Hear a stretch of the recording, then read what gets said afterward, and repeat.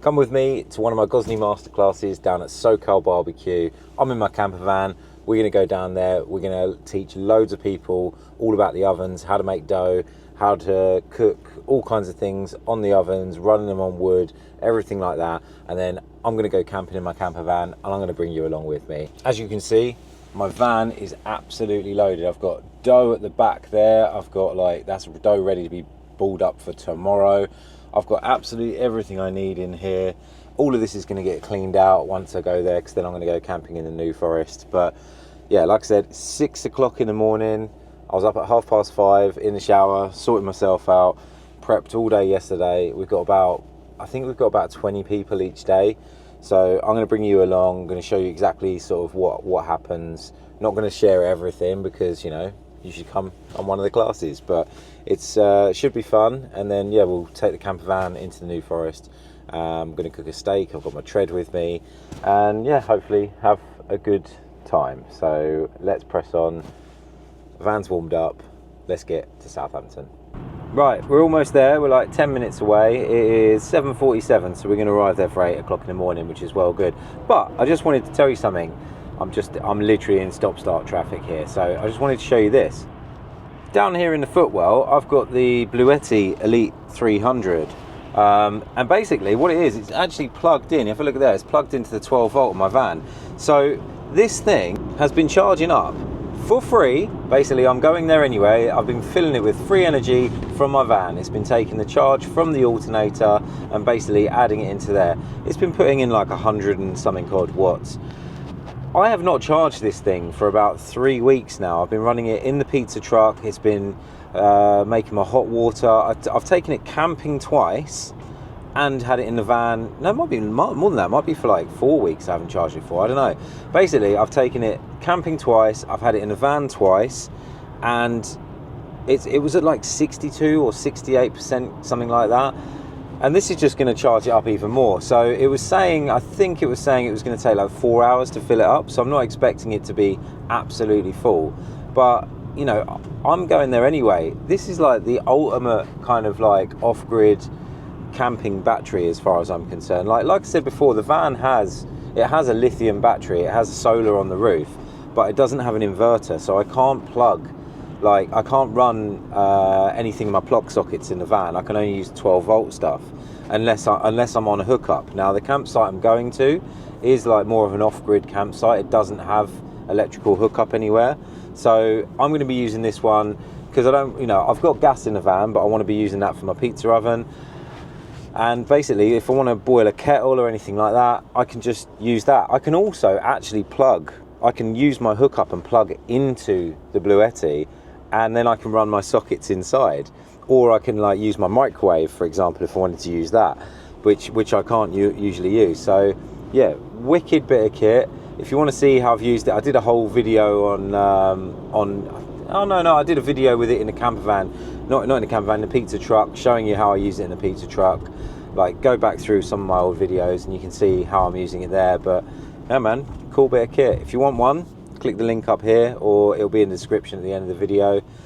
Get yourself Bluetti, they're amazing. And we have made it to SoCal. Right, let's jump out and let's show this out. So check this out. This is SoCal Barbecue Centre. Let me show you around. There you go, Masterclass in session. So they have this set up out here. Obviously, they've got pretty much most things out already, actually. Let's have a look. Check this out. Looks like we're going to be cooking on the Blackstone breakfast.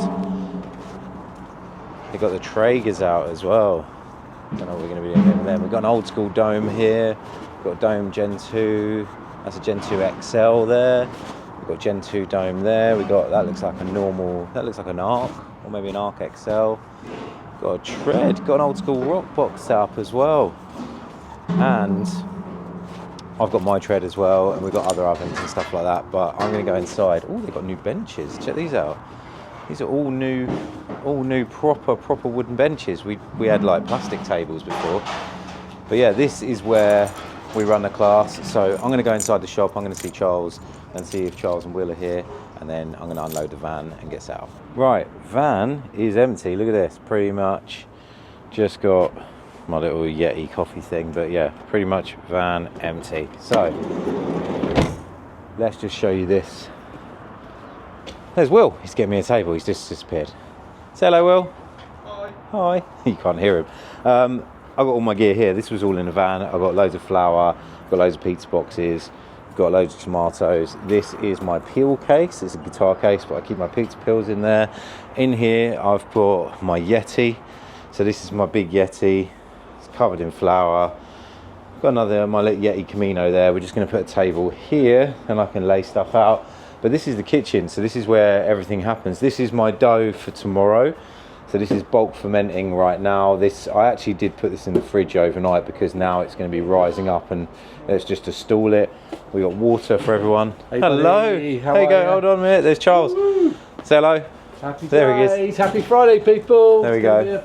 Cool day. It is going to be a cool day. Right. Hello. Hello. How are you? Everyone's here. Right. I'm going to get set up. I'll show you a little bit more. Right. What we have here is everyone's going to get a dough tray. So they're nothing special. These are like solid plastic ones, but they work really well. Everyone gets a dough tray and a lid, and then what we do is I put a kilo bag of flour in every dough tray. We've got 600 grams or 600 milliliter water bottles already weighed out, so it's going to be a 60% hydration dough. I'm going to put a little, have a look over here, and I'm going to weigh these out. Got these little bamboo boats. So everyone's going to get a little bamboo boat with a gram of yeast and 30 grams of salt in their tray. And basically what we're going to do is we're going to take them through, and everyone's going to make dough in the tray, basically. So we're going to have 10 people on each table. I'm going to be standing over there. We're going to take them through the whole dough making process. So I'll make dough, I'll show them what I'm looking for, how I'm going to do it. I'm going to talk about timings, temperatures, everything like that. And then everyone makes dough. Got the black stone over there because everyone's going to get breakfast. We're going to cook some bacon rolls for breakfast. We're going to get a really nice crowd of people. I'll show you, we'll dip in and out. Like I said, I'm not going to show you everything. We are going to fire up we're going to use the Dome XL, Gen 2 XL with the wood fire control kit. Going to spatchcock a couple of chickens. Going to slide them in. Got a load of Jersey Royal potatoes. We're going to cook chicken and potatoes as well. That's going to be a bit of a lunch.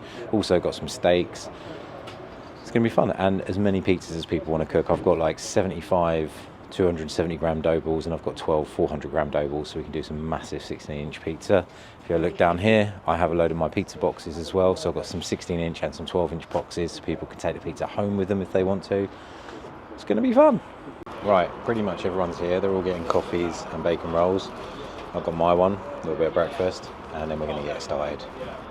Charles is going to do the intro. I'm going to take you through the whole dough making process. Some of you might already know this, but I'm going to simplify it for you. We're going to do like a classic Neapolitan dough. I'm going to take you through the little hints and tips to be able to get a consistent dough every single time, because that's the main thing a lot of people seem to struggle with. Is like, you'll make dough, you'll follow a recipe, it will come out absolutely amazing. You go and do the same thing again and it's rubbish and you wonder why. I'm going to show you a few other things that you can do with your oven, because it's not just about pizza. So we've got a couple of chickens, we've got some nice Jersey Royal potatoes. We're going to spatchcock a couple of chickens, we're going to roast them in there. Shouldn't take any more than 35-45 minutes to do that. We've got some steaks that are going to get cooked as well later on, and I've brought with me an absolute shit ton of my dough. So you're going to get hands on with the dough, exactly the same dough that I use in my truck. I made this yesterday. It is exactly the same dough that I use. So you got me, Matt, we're going to be walking around, going to take you through the whole process, shaping pizzas, slapping them. You guys are going to, we've got loads of peels, and you guys and girls can just make as many pizzas as you want. I've got some big 400 gram dough balls as well, so we can make some massive 16-inch ones. We can do some low and slow. Got loads of toppings, all the good cheese, all the good sauce, everything for you guys to make loads of pizza. And I've even bought a load of my pizza boxes with me, so you can take pizza home with you as well. All right? Right, so I have made my dough and showed everyone how to do it. Look at a nice smooth dough ball. And now we've lit the Gen 2 XL on wood, and everyone else is now making their dough. Look at this, they're all getting stuck in. That's it, work it round. Remember, wait, just, yeah, now you want to be adding your salt now, so make a little well in the middle. Tip your salt in, a little bit of water. And then a little bit of water on that, about half of what you've got there, just to help dissolve it into the mix. and then start moving it around, and then save the rest of it to pick up the other bits. So if you're using a mixer, like I like to sort of add my salt a little once it's incorporated. The salt not only will, like, you know, and hold that bit of water back, you can use salt also to bring your temperature up, because it causes more friction in your mixer. So if your dough isn't getting to temperature and you're using a dough mixer of any type, you can use that salt and it will help, because, you know, it causes that friction. Not so much when you're mixing with your hands, because it's not going to do that. Remember to add your salt. That's it, you're looking good. Keep working it, right, really work it.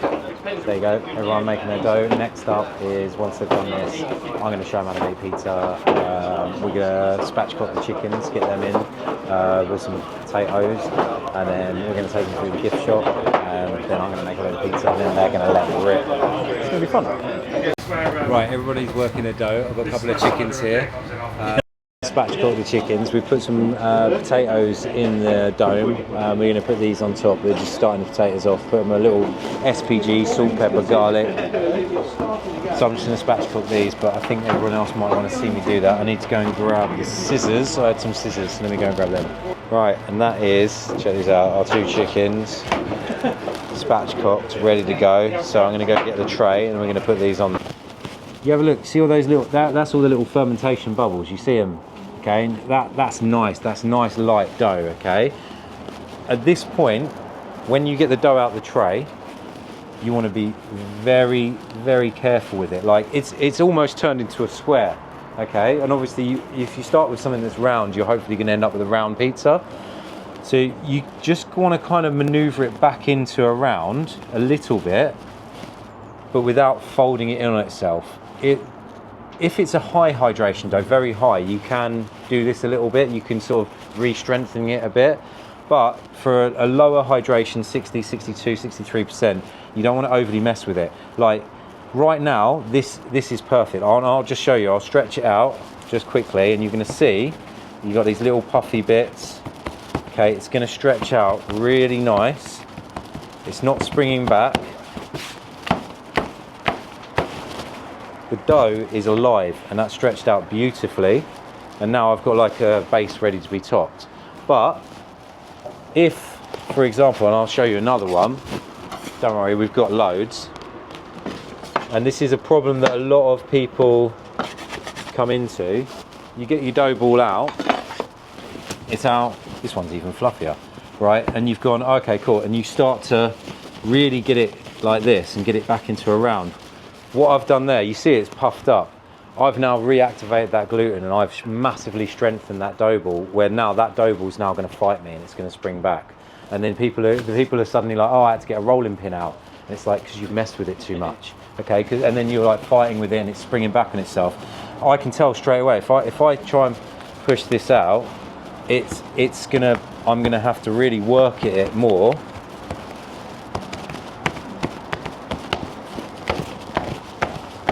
And also, look, I've folded it under itself a little bit there to get it to the same. It came out, but that was a bit more of a struggle than that one. I'll tell you how I do it. What I'm doing is I'm essentially just turning my hand over, and I'm just bringing the dough onto the wrist, okay? So if you have a look, I'm right-handed. It's going to go into my right hand. I'm going to catch it with my left hand. Dough like that. Pick it up, turn the dough over. That bit goes to my wrist. You want to get rid of as much excess as possible, okay? I'm going to have my hand at a 90-degree angle, and I'm aiming for it to land across my fingers. So what I'm going to do is I'm just going to slam it down, keeping that hand there. Don't move this hand away. Slam, grab, little tug. And now we're just back where we started when I picked it up and turned my hand over, back onto the wrist. Okay? And it's just that, and that's it, until it's round. And what we've got a nice even round, that's probably about 10 inches, okay? Yeah, everyone's like, you make it look so easy. Yeah, it's quite fast when you got it on it. If your pizza goes on the peel, it's gonna come off, okay? So, you know, we've got these nice perforations. If you do want to use a little bit of flour, by all means, give it a dusting, give it a smack, little wipe, that's dry now. It's gonna go on. Once it's on there, it's your chance just to rejig. Now this is the 14-inch peel. We don't want to go to the full size of this one. We're going to get close. And you're going to get your fingers, I'm getting my thumb over, I'm trying not to pinch the crust too much, and I'm just pulling it out, and we're going to go over to the dome. So let's rush over there quickly. Oh man, we might have to set up the gazebo. And this is when I like to finish it with fresh basil. I always ask the customer, I'm like, do you want basil? And they always say yes. I just like to put it on there anyway. Just a nice little fragrant touch. It just starts to release the smells as the heat comes up through the pizza. And this one is perfect to give that little extra bit of oil just for it to glisten. But that pizza honestly tastes amazing. It's stunning. Give it a taste. Right, check this out. Check this chicken. So in here we've got two chickens. Have a look at this. We're at, one's at 73, one's at 74. Have a look at these. Chicken and potato cooked for everybody. Look at them. Absolute beauties. You record some stuff? Did you? With this? Where? What did you record? Oh, you have to find out when you start editing it. Well, we don't know what we're doing, but we thought we'd hijack your camera and call you a cunt. Hi guys, welcome to SoCal Barbecue Shop. We're here with Adam, peddling pizza. Adam's not the main event, we are. Right, check out these chickens. I am going to cut these up, put them on some bamboo plates, and let people go to town. Okay, so everyone's gone into the shop. I took them around the shop. We have set up for pizza making. Have a look at this. We've got boards out, we've got toppings out, ovens are ripping. Someone can do it on where I was doing it. Will is about to rip some steaks that have been in the smoker. He's had them in the Traeger. We're going to reverse sear them. He's got cast iron in there. That's been ripping on wood. Old Dome is doing well. Rock box. Good temp on the rock box. Tread. Let's have a look at tread. Make sure that's not too hot. No, we're going to spark the tread up a little bit. Get that one pumping. And then what else we got? We got the Arc XL and the Dome over here. Arc XL is rocking. We're going to have to put the temperature down that. We're at 512 degrees, a little bit hot. I mean the Dome XL, sorry. Arc, we're probably going to need to turn that one up a bit. 400 degrees, that's perfect. So we're just going to turn that up a little bit now, get ready for pizza making. People are starting to cook. Nice, right. Peel. Will with the steaks. Look at these. Are they ready? Yeah. Oh, go on in. As I'm here. Yeah, we're done, eh? Right down. Oh, nice. Look at that. Beauty. They're good. Potatoes, roast chicken. Beautiful. And everyone's eating their pizza out of the boxes. Amazing. Right, day one done. They've gone. Sort of forgot to film a little bit of it because we got really busy, but I'm just boarding up the dough for tomorrow. So I'm going to get that done and I'm going to go camping. The weather changed for the worse. The rain really come down, but I'll show you a bit of the camping side of it, and then I'll show you a little bit more tomorrow just to finish off the video. But yeah, let's get these balls done.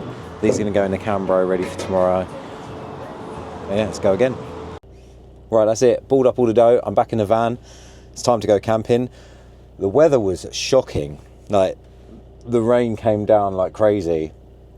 Hopefully, I might have to upgrade my pitch to a hard standing pitch.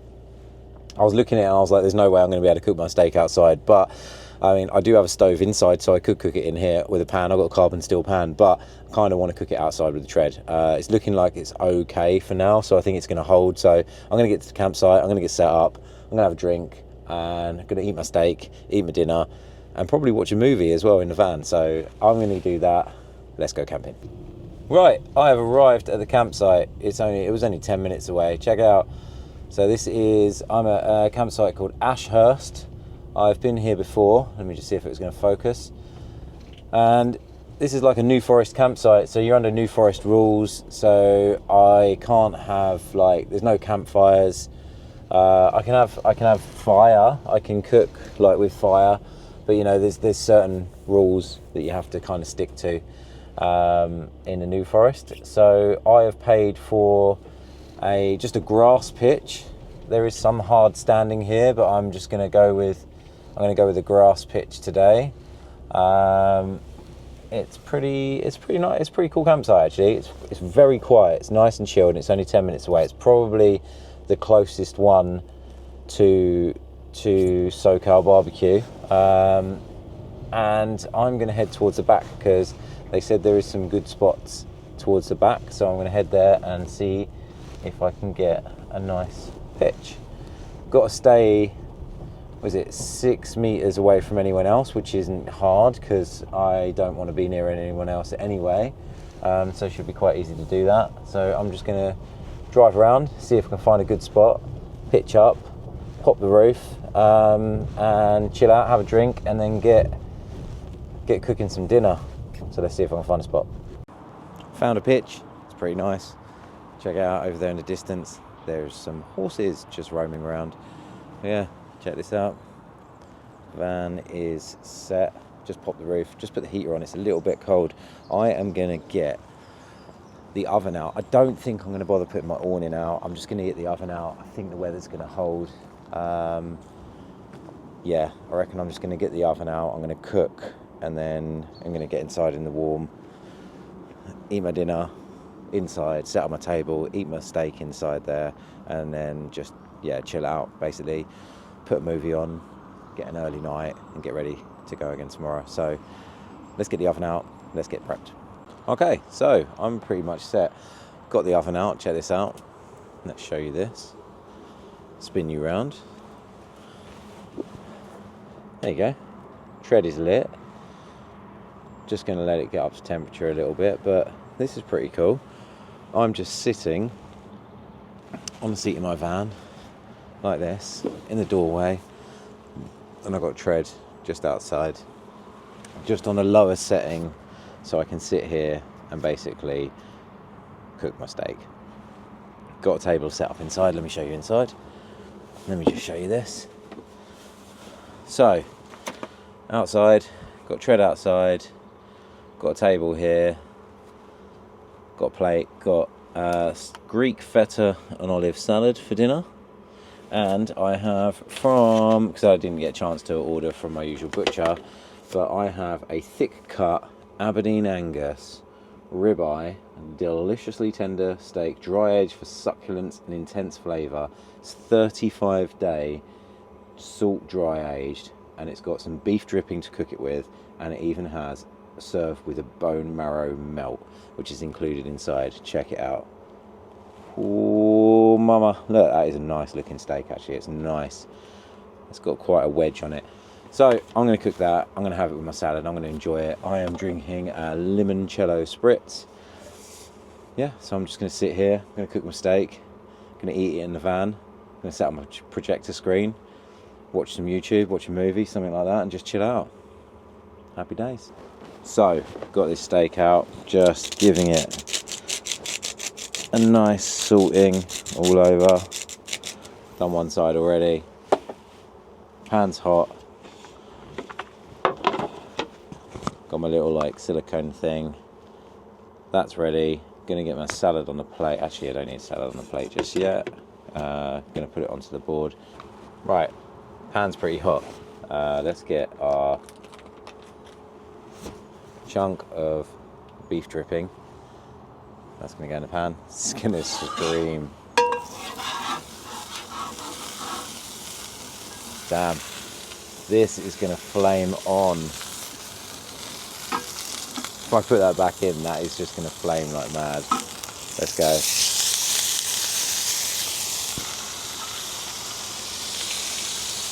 Beautiful. Right, that's going in the oven. It's gonna flame. Instant ignite. Check this out. Ah. Yeah, buddy.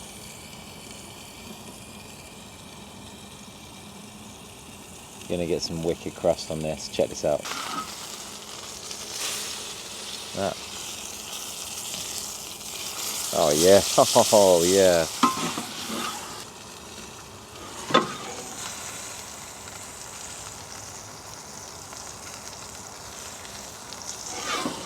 Yeah, nice. Gonna just lower that flame. The oven is at like 450 degrees, which is mental. It took no time at all to get to that temperature. It's so close. I think I'm gonna put it now. Right, let's take it out. Let's show you this. Let's bring you in actually, before it overcooks. Please don't overcook, for the sake of content.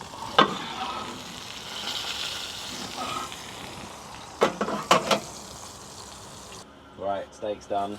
Should be well rested. So I just like drizzled the, like cooked off the bone marrow, like butter or drizzle, whatever it is, in the pan with the juices, and then poured it all over it. Got my salad. Let's cut this steak. Let's see what we're dealing with. Let's have a look. Oh man. Oh. Nailed it. Dude, this smells insane.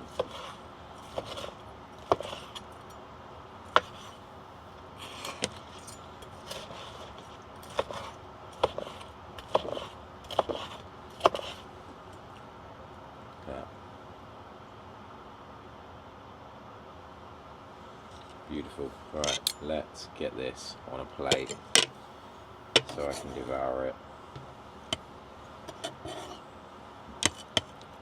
This looks banging, man. Oh, the crust on it. Right, let's get this out in the light so you can see it, because this looks insane. I'm just going to pour all this good drizzle on there. I don't want to lose any of that goodness.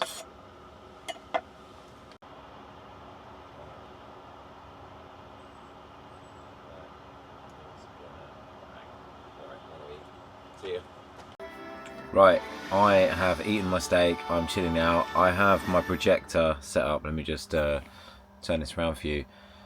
So basically I've got a projector screen in here and I'm just chilling. Roof's popped, projector's hanging down, and I am going to watch a movie. I'm going to watch Chef. Wicked film. You should watch it if you haven't already. You should totally watch this movie. It's amazing. Anyone who cooks, watch this. Right, good morning. Pretty good night's sleep actually. I fell asleep watching the movie Chef, and then yeah, woke up about 10ish, and then sorted myself out and went to bed. But it's morning. It's pretty much coming up to 7 AM I think. Where did I put my phone? Somewhere around here. Yeah, 7 o'clock. Woke up about 6:45. Had an alarm. So it is coffee time. I don't know whether or not to make myself an AeroPress or just a French press, but we need to get a kettle on and we need to get the coffee going. So I'm actually going to use, so I've got the old Bluetti Elite jobby here. Let's have a look. I put it actually on my bedside table just down here last night, basically, just here. So just plugged in, got my kettle. It's going to save me turning my gas on and having to climb out the back of the van to turn the gas on, because I always turn that off when I go to bed.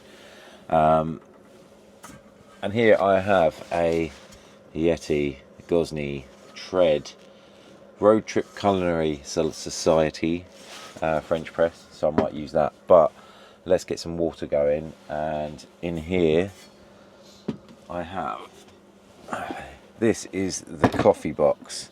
So this is my Yeti like Go box. Showed you this before. Got some coffee beans here. What have we got? We got a scale. I'm not really going to measure out my coffee for this one, but in here what I am going to use is, because I'm not going to make myself an espresso this morning, but I'm going to use my Outland, whatever it's called, Fino coffee grinder. I think that's all I need out of there actually at the minute. Yeah, that'll do. So I'm just going to use the coffee grinder. It's going to save me using the manual one. It's pretty cool. The grinds basically end up in the bottom of it. It actually tells you like what level you should have it for, depending on like what grind size, and this one is actually pretty quick to grind like a larger grind size. So on the top here, if you just pop open the top, it actually tells you fine to coarse, and it says like, look, espresso 1 to 2, mocha pot 3 to 5, pour over 6 to 8, French press 9 to 10. So I'm just going to change it to about 9 point whatever, because we're going to go with a French press. Top's open. Going to get myself some coffee. Coffee beans go in like this.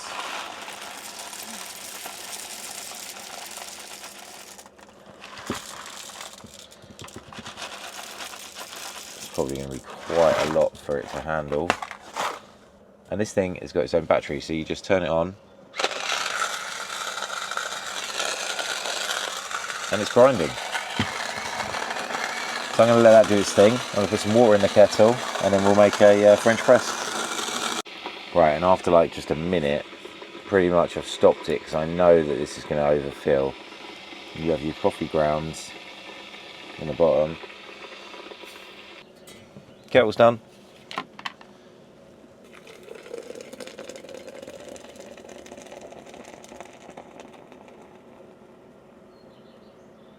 Gosh.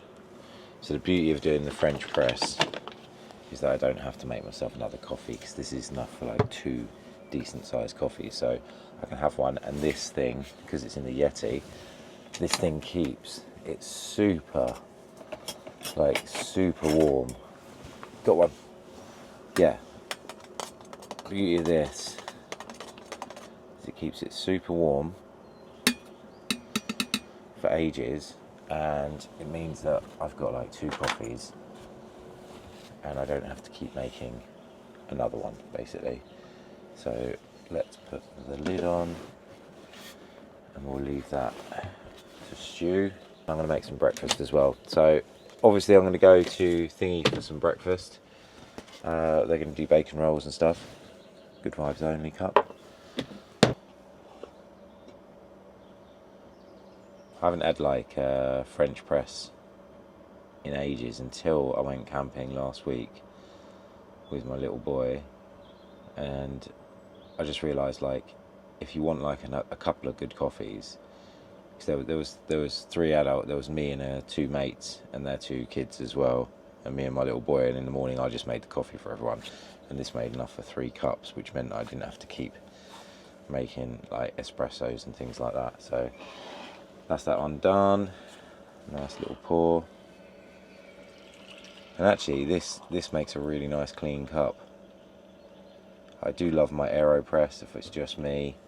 I've got an espresso machine as well. You've probably seen that before.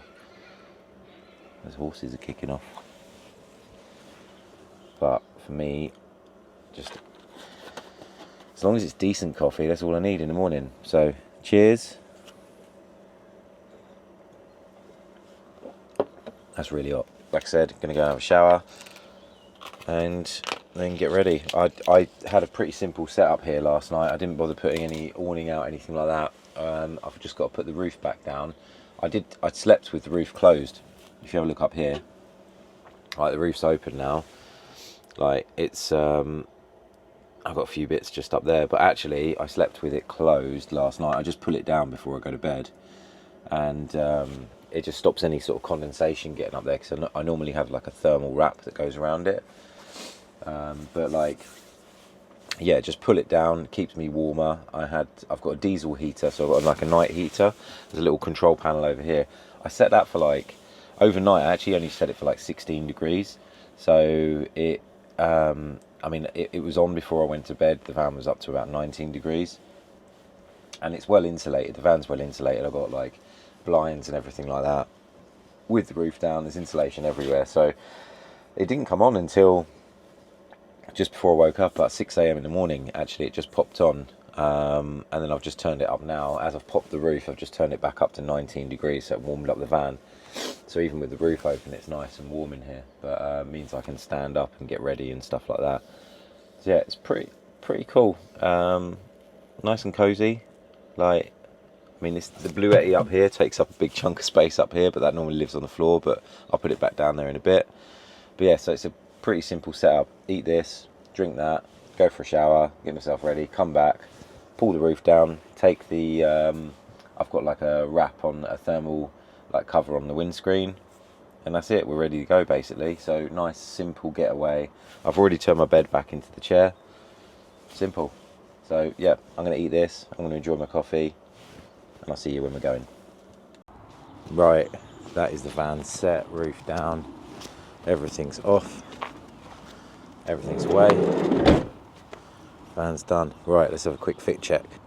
So today I've gone with the Gozney sort of tread one, and we are rocking the Gozney Howler Brothers Tonight We Slice.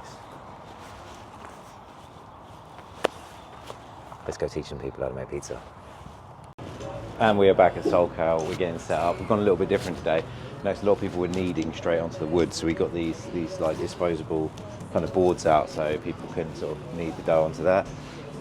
Ovens are lit, everything's getting going, and we actually have today, we've got Traeger Day going on as well. Look at this.